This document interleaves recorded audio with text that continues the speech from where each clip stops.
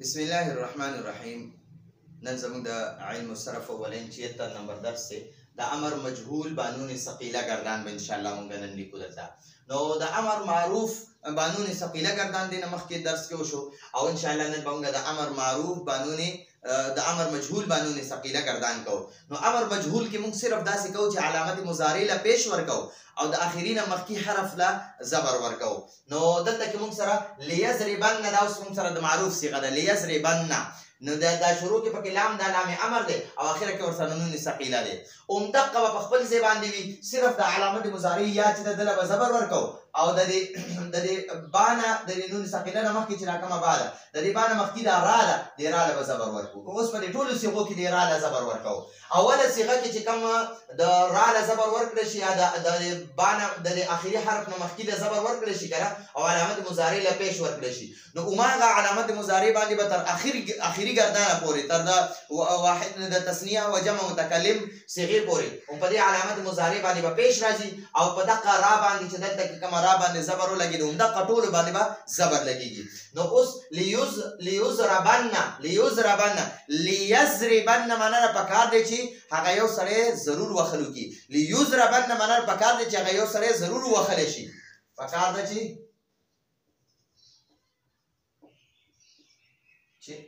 چې هغه یو سره ضرور وخل شي یا خامخا وخل شي ضرور وخل شي. لیضربن اوس په اوندق علامت مضارع په خپل د لام امر په خپل ځای صرف علامت مضارع یا له زبر ورکي پیش ورکي او د دې بان مخکي را له زبر ورکي. لیضربن معنا دا پکار دی چې هغه دواړه سړي ضرور وخل شي. پکار ده چې هغه دواړه سړي ضرور وخل شي. پکار دی چې دواړه سړي ضرور وخل شي.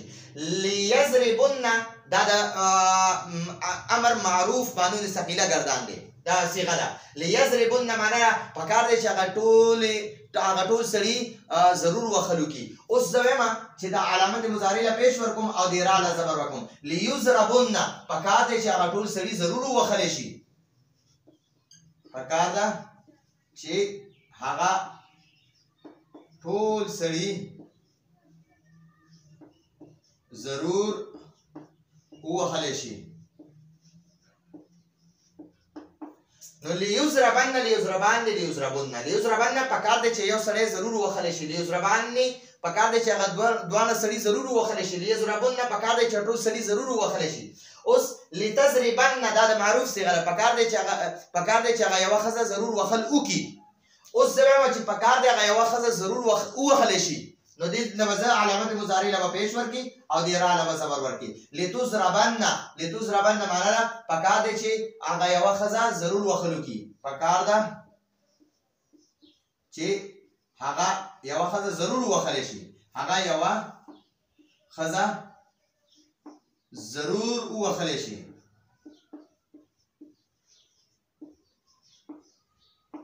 پکار دی چې یو خزه ضرور وخل شي.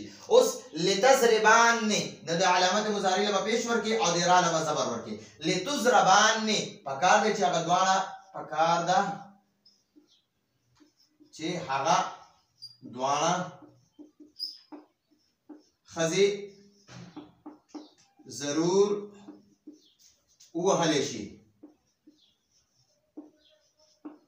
ٹھیک شو. لیضربنان پکار دی چې هغه ټولې خزي ضرور وخلو کی. زما چې پکار دی هغه ټولې خزي ضرور وخل شي نو علامت مضارع له پیش ورکی او دی را باندې چې کم زیر دی دا به زبر کی. لیضربنان پکار دی چې هغه ټولې خزي ضرور وخل شي. پکار ده چې هغه ټولې خزي ضرور وهل شي. ٹھیک شو. لیضربن لیضربن لیضربان لیضربن لتضربن لتضربان لیضربنان. اوس دا مونږ د مجهول صيغه جوړو. نو د مجهول چې کله د امر مجهول صيغه جوړې نو هغه کې به چې کوم د امر حاضر صيغه دي کنه نو د هغه سره به علامت مضارع واپس لګي. دا اضربن ته ضرور وخلو کا. اوس د دې سره علامت مضارع لګوم او د باندې به پیش لګوم او د را باندې به زبر لګوم او لام امر به ورسره وګم. لتضربن پکار دی چې ته یو سړی ضرور وخلو کې ته یو سړی ضرور وخلی شي. یو سړي ته پکار دی چې ته ضرور وخلی شي، یعنی تا وهل پکار دی چې ته وخلی شي نو بیا به سبق یادې.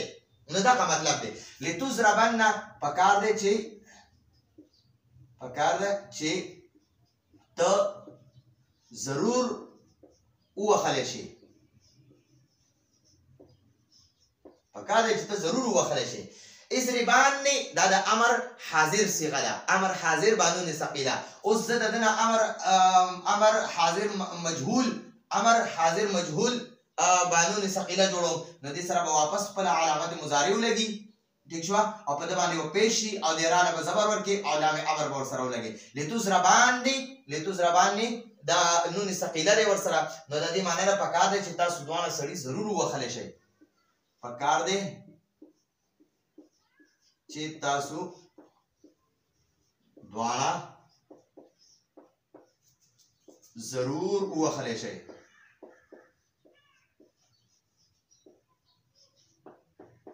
ٹھیک شو اضربن نو دینه به موږ د مجهول صيغه جوړو واپس په ورسره علامت مضارع مو لګي او هغه باندې به ضمه واچي او د را باندې به صبر واچي او علامت د لام امر به ورسره ولګي. لام امر به د مجهول ټولو صيغو سره لګي. د معروف به صرف د اتو صيغو سره لګي.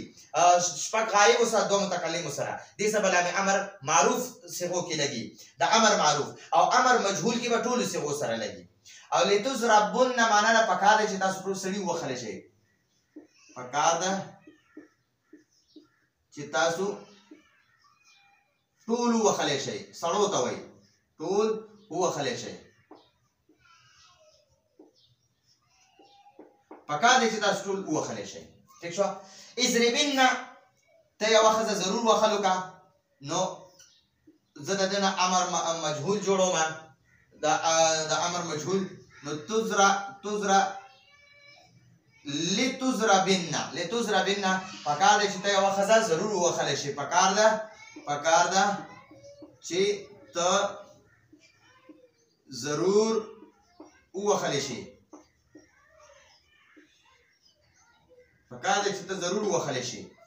اضربان دې سره به واپس علامت مضارع ولګي ځکه چې موږ ته مجهول جوړو او علامت مضارع باندې و پیش ولګي او را باندې به زبر ولګي لام امر ورسره لګي. لتضربان پکار دی چې تاسو دوه ښځې ضرور وخلی شئ.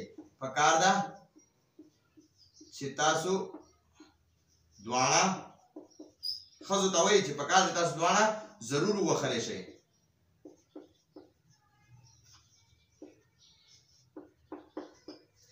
اضربنان دې سره به صرف علامت مضارع واپس ولګوه او پیش په ولګوه ځکه مجهول دي جوړو او را باندې زبر ولګوه او لام امر ورسره ولګوه. لتضربنان پکار دی چې تاسو ټولې ښځې ضرور وخلی شئ.